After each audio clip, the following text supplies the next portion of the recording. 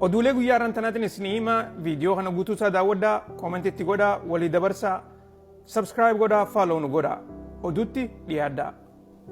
Oduun duraa irratti Firaansii fi pirezidaantii Siidhaa Maakiroon itti tolaan jirtu. Akkuma gartee West Afrikaatti Firaansii bikka adda addaatti qaanyawaa jirtu, ammaas aayilaandii isaanii tan yeroo dheertuudhaaf harkaa qaban tan gartee Maayootaa jedhamtu. Maadagaskar cinaa jirti.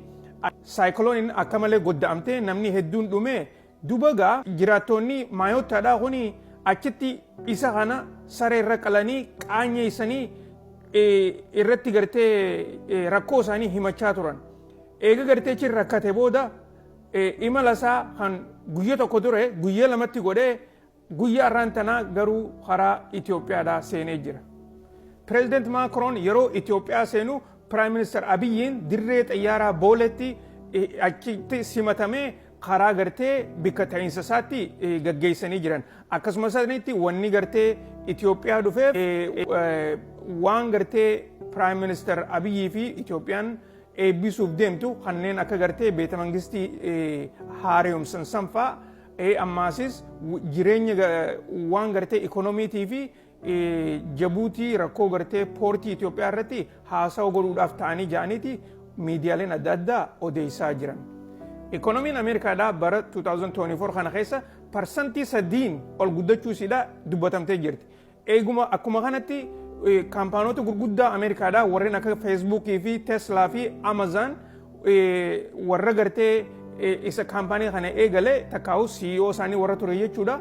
Jarreen kuni akka malee tujjaaruu isaanii miidiyaaleen adda addaa himaa jira. Kanuma keessaa namtichi na duuba gartan kun Elon Musk hajaaniin kun qabeenyi isaa toora gartee biiliyoona 400tti ol ka'ee jira jaaniiti himaa jiran jechuudha. Mootummaan Ameerikaadhaa akka hin cufamne koongaresiin walii galanii heera gartee takkaa'u baajeta baatii 3 dabarsanii jiran. Kun egaa akkuma torban dabre isinii hime Doonaald Tirampii fi Elon Musk faan heera duraan koongaresiin dabarsaa ture san hin ta'u jaanii dura dhaabbachuu isaaniitiin haareetti koongaresiin irra deebi'ee baajeta biraa tolchanii baajeta haaraa galgala kana dabarsanii jiranii. Kun egaa inumaatu gartee Doonaald Tiraamp hogguu aangoo fudhatee itti harakkatu jedhaniiti baajeta gartee baatii 3 kana lafarra kaayanii jiran jechuudha.